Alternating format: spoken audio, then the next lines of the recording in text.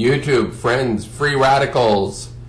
I just got back from a protest to shut down the Pickering nuclear plant on the 6th anniversary of the Fukushima nuclear disaster, of 3 full core meltdowns ongoing for 6 years. No one knows what to do at this place. They have no clue. They pretend they're fixing something, but we all know it can't be fixed because the global community has turned its back on the greatest event in human history. The destruction, or the potential destruction, of life on this planet. Life is at stake. We're in the fight for our lives. And I met up with some people today who understand the circumstances we're in, and we understand we are close to a nuclear plant, an aged nuclear plant which has been running for 47 years. It's almost 20 years beyond its life expectancy, and we're kind of twiddling our thumbs thinking everything is going to be fine. People are acting like nothing is really happening, except for a hardcore grassroots bunch I met with. Fabulous people who understand, and I'm going to upload my videos. Unfortunately, it was really cold today. It was about minus 20 or 25, and wind chill even colder, I think, so which works out to be about minus 14, 15 Fahrenheit. I was talking centigrade, I'm in Canada. So the camera would work for maybe 15, 20 seconds, and I'm going to splice it together just so that I have presented my presence on my channel on this ignominious day, the blowing up of the nuclear plant in Japan, the Fukushima nuclear plant. So, and I also have at the end a wonderful interview with the organizer, Angela Bischoff, and she will explain who she is and what she's all about.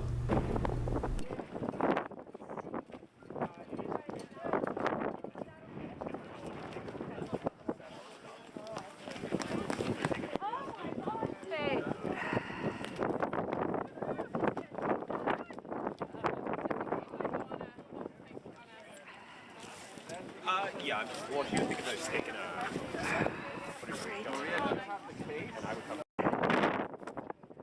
I can't even tell. No, it's on. Oh, It says record. Yeah, let's follow the crowd. We're joining follow me. following. Okay, you got the basic footage. Get the people in front of us. Okay, we're on the move. There you go. Look at that. A nuclear power plant with a windmill. Oh, I guess they need extra power. Look at that. There's a windmill there. Is that brilliant or what? Huh? What does that mean? Look at this. There's a guy with an elephant. The elephant's on his back. Wow. The elephants are out in force. And there is the station ahead. We're moving towards an area where we're going to speak. This is about the level of interest, people. A few more coming. There we go.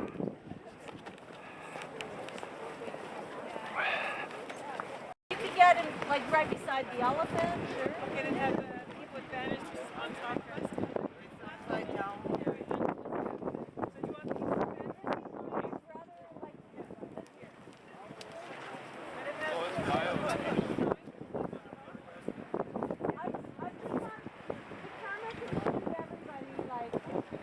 these get everybody wherever we are, I think. Okay. So, thank you all for coming. What a day! Awesome! It's actually not so bad out here, is it? Freezing! It felt way colder in the parking lot than it does here. True. And so many people wrote to say that they weren't going to come because of the temperature. Like, it would have been at least double. But yes, they all wimped out. But thank you all for your undying commitment and bravery, for sure. Okay, so what we're planning on doing today is I'll give you an overview of the agenda. We're going to talk about the elephants in the room with the Pickering nuclear station. We're going to talk about the dangers of the nuclear station in the midst of our community. And we're going to recognize, this is one of the world's oldest and largest nuclear stations. It has 8 nuclear reactors. You can see each of those, that big dome there is one of 8 reactors. And sitting right out onto the lake, that peninsula there, is where 14,000 tons of high-level nuclear waste are stored right on the lake. Right on the lake. We have some leaflets that I'll distribute to you later. Make sure you don't leave without getting lots of literature. But this is an accident waiting to happen in the midst of millions of people. There are 2 million people that live, 2.2 million people that live within 30 kilometers of the station. It would never get permission to build one of the world's largest nuclear stations in the midst of a huge urban population. It's in the GTA. Nobody is insured in the case of an accident. Where would people go? So on top of it, we saw 18. Shut it down. License expires. The elephant is very excited. Shut it down. Shut her down. Shut it down. In 2018. Okay, Sego Sewa Guego, the Inanutsko Guano Yungits, Wagiskela Wagan, Nilagita Logan, Ganyakahaka, Nilgo Jago, Carrie Jungits. Sigrid here, Sigrid Jungits. I'm Mohawk on my mother's side and Swedish on my father's side. Welcome. And through my mother and her mother, I'm Mohawk from Six Nations Grand River Territory as well. Sigrid and I are both cousins through our third great grandparents. And I was born and raised in Toronto. And my mom born in Hamilton, her mom born at 6. And oh goodness, if we only have a minute. Thank you for all coming here. Turtle Island, as we know, is its First Nations land all over the land. The Six Nations Confederacy. That would be the Cayuga, Onondaga, and Oneida, and the Tuscarora as well. So we have ancient... Got enough stored there, 12,000 warheads right there. Well, 14,000 tons of radioactive waste right there. 12,000 warheads out of that, plutonium. I think we're in the fight for our lives. Humanity right now is in the fight for their lives. Fukushima is the example. The worst case scenario. Clean air for her the worst case scenario. Children who want better clean air. Thank you. We do not want to be exposed to radiation. Excellent. Water. Water. Yes. Our precious water is sitting right on the lake, where 9 million people get their drinking water from this lake. Can you imagine? We want the renewables revolution. And just keep talking and talking and talking and talking and talking. And walking. And walking? Yes. Whatever. Just talk the talk, but walk the walk. Yes, bravo. Be noisy, and yes. Talk about the elephants. Okay. Thank you, Janet. Okay, so how many tons of high-level radioactive hazardous waste is sitting here on this site right here on the lake? Too many. 14,000 tons. 14,000 tons. But they are applying to build 3 going into the lake. But he says that he's done a long-term study. He claims that women should not be getting pregnant within 10 kilometers of any nuclear CANDU reactors, nor should we be eating the food within grown within 5 kilometers of the Pickering station because of those routine releases of tritium into the...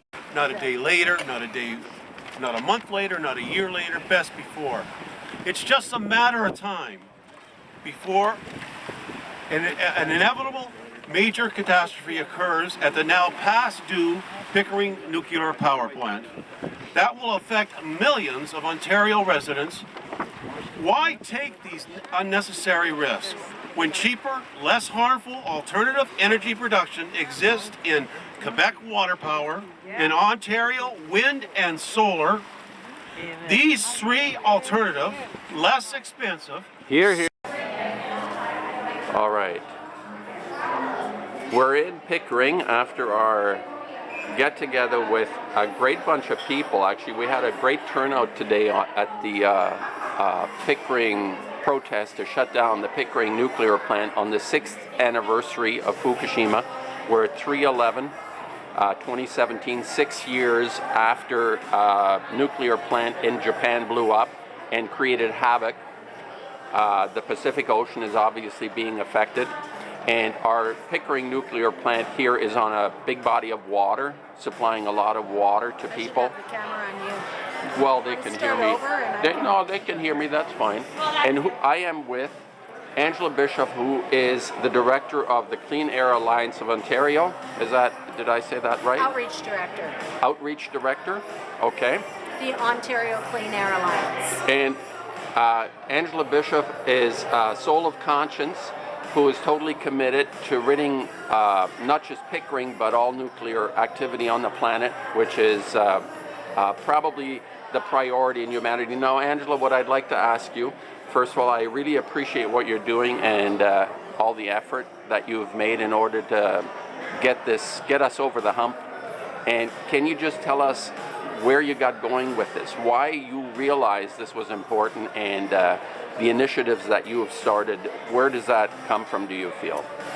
Well, I think at least since high school, I've been writing papers, and all through university I was very interested in environmental issues, and I was very engaged as an environmental activist. I've always identified as an environmental activist, from bicycling, urban issues, waste, to larger issues of air pollution, ozone depletion, climate change, and I've always been working on campaigns. This goes way back to high school. Back since the 80s. And I'm from Edmonton, land of the tar sands, so I was active in forestry issues and tar sands issues, and made my way to Toronto in 1999, and I didn't know anything about nuclear power because we don't have nukes in the West. Right. In fact, Ontario has 20 nukes. Quebec and Ontario. Has a nuke. And Prince Edward Island. No, New Brunswick. New Brunswick, that's has a right. Right. So we don't know anything about nukes in the West. So I only thought of it in terms of nuclear weapons. So when I came to Ontario, I learned quite quickly that we are such a nuclearized jurisdiction. In fact, we're the second most nuclear-dependent jurisdiction on the planet, second only to France. Ontario gets 60% of its electricity from nuclear power. 60. 0? Yeah. Really, that's huge. Yeah, so with 20 reactors, and they're all old, it's a big environmental and human rights concern, because those stations all should be shut down and replaced with renewable energy. The whole world is going renewable. It's incumbent upon us, especially in the era of climate change, to go renewable. And the organization, the Ontario Clean Air Alliance, how I knew of them around the turn of the century is they were campaigning to close Ontario's 5 dirty coal stations. So we had 5 of the largest stations in North America, Nanticoke on Lake Erie, and we campaigned to close those coal stations and won. And this was an amazing grassroots initiative by environmental activists like me, campaigning to shut down all of the coal plants, and we got a quarter of our electricity from coal. This is one of the great environmental success stories in North America. And now the rest of the world is following Ontario's lead and starting to phase out coal. In a climate era, we got to phase out all the fossil fuels. But then what is that? So that means most nations are going renewable, because most nations do not rely on nuclear power. The smart people, like Italy and Switzerland or Germany now has decided to shut them all down. That's right. They're going renewable. Right. Well, especially post Fukushima. It brings us back to the Fukushima theme. 6 years ago today, we had our worst industrial accident ever, 3 nuclear meltdowns in Fukushima, Japan. And that radioactivity is still spreading through the food chain and through the Pacific It's Ocean. ongoing every day. It's ongoing every day. There is no off switch on this. It's going, and they're not doing anything to cap it or whatever. They're trying. They're trying. Do you think they're trying? Do you think they're actually? Of course. There are thousands of workers on the Fukushima site every day, putting themselves at huge risk. I hear the Yakuza the crime outfit over there are hiring or finding the people to work there, because who the hell would want to go there, right?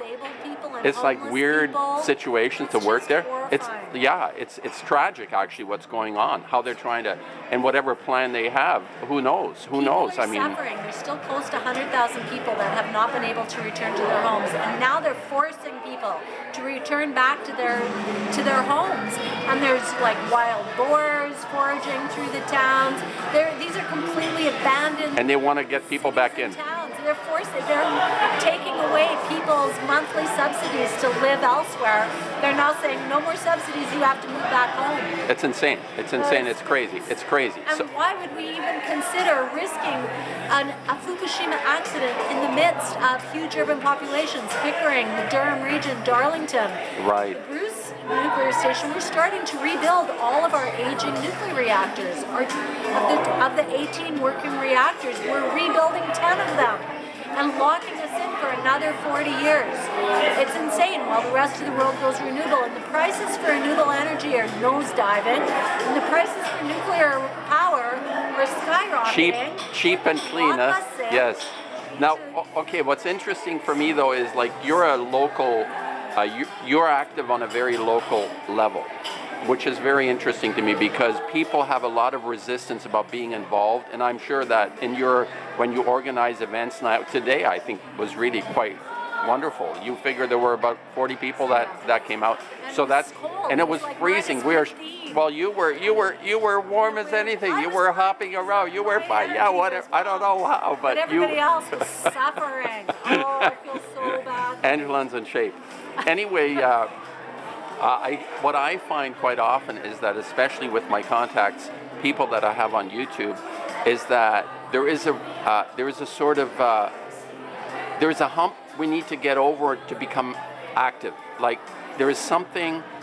What I'm interested in is what is it in you that you were able to find that level of commitment to get into the trenches on this. And we're dealing with some really nasty people here.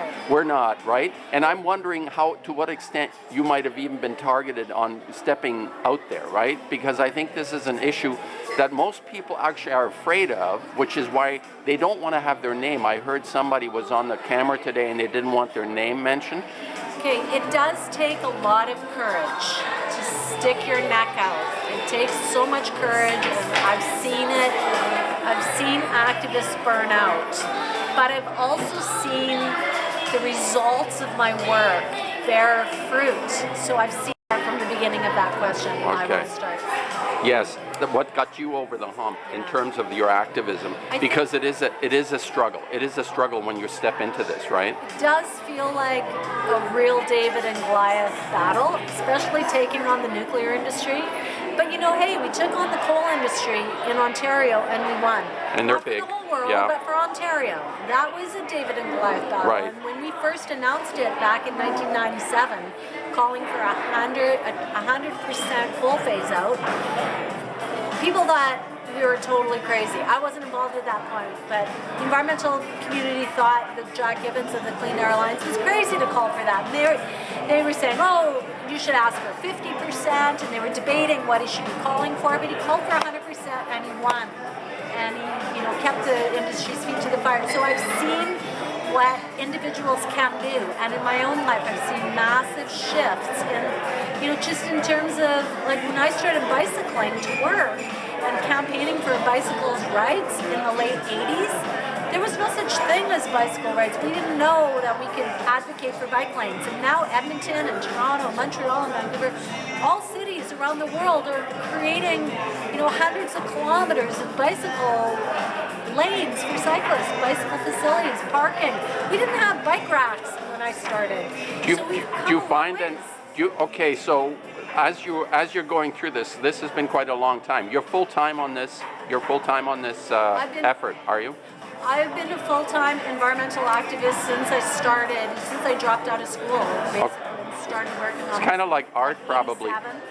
It's probably like Yeah. art in a way because Yeah. you're doing it. It's kind of like a volunteer in the sense that you're going to do it no matter what, right? Right, and You're- sometimes make money, sometimes Sometimes you you don't, do. but it's so meaningful and rewarding, and Right. it's fun. I get to hang out with people who I love all the time. I don't have to, wear the suit and tie and go into the court. I don't have to shut off my work from my personal life.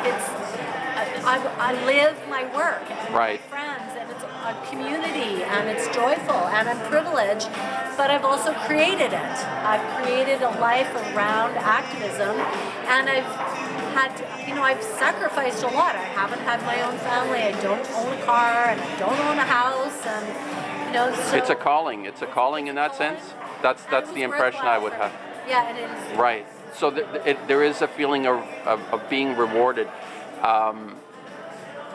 And I'm sort of wondering, like as a painter, my sense, what I said to you before we started recording, is that I try to create a context for something. Now you understand very profoundly and deeply what we're dealing with information-wise, but what I'm struggling with personally, I don't know if you've come across this, is somehow, how is it that I sort of feel inspiration, like I'm inspired by my teachers and my extended family. If I look at artists, there's different artists that I really like that get me going. My motors are going. Are there people that do it for you? Is there some sort of a resource that you feel that gives you the strength to do this? Because it's a thankless job to go up against the worst bunch that ever existed on this planet.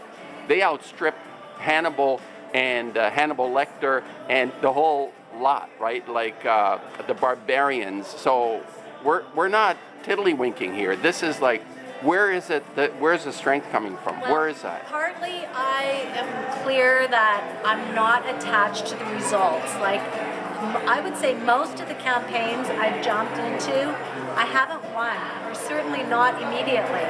It's the process. It's shifting the culture. They might not pass the motion this time, like just last year we tried to get Toronto City Council to pass a motion to call for the closing of Pickering in 2018 when its license expires, to protect the citizens of Toronto. We lost the vote just by a couple of votes. But I don't think of that as a failure. That was Right. just part of the entire process of educating the public, of educating the council. I'm in it for the long haul.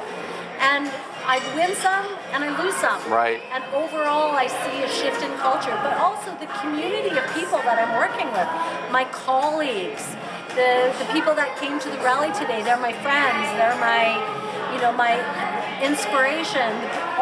There's hundreds of us that are on email every day sharing information from around the world. There's a huge network of people that I work with. I never feel alone. Yeah. I have my role and part of a much larger movement. I had a sense that the people that were there were the true meaning of grassroots, that feeling of a real person, people that are really, they do it like I say, the volunteers, people that don't have anything other than their calling. They need to do this kind of thing, right? There is, that kind of feeling. Well, they have integrity. They're not protecting, their jobs. They don't work for OPG. They're concerned about their kids. They're concerned about the environment. They're concerned about the water. They are real people, right. And they are really concerned. And there's good reason to be concerned because we've all seen what has happened in Fukushima and right. in Chernobyl, and we don't want that to happen here. So we need to multiply this somehow. We need to get more people. There has to be a critical mass of some kind. 8,300 people. The bulk, maybe 90%, live in the Durham region, have signed the closed Pickering petition. 8,300 people have signed the petition. Okay. And that's just out of how many? Out of the population, there's hundreds of thousands of people that live in the region. Okay, but 80. So we're building. Okay.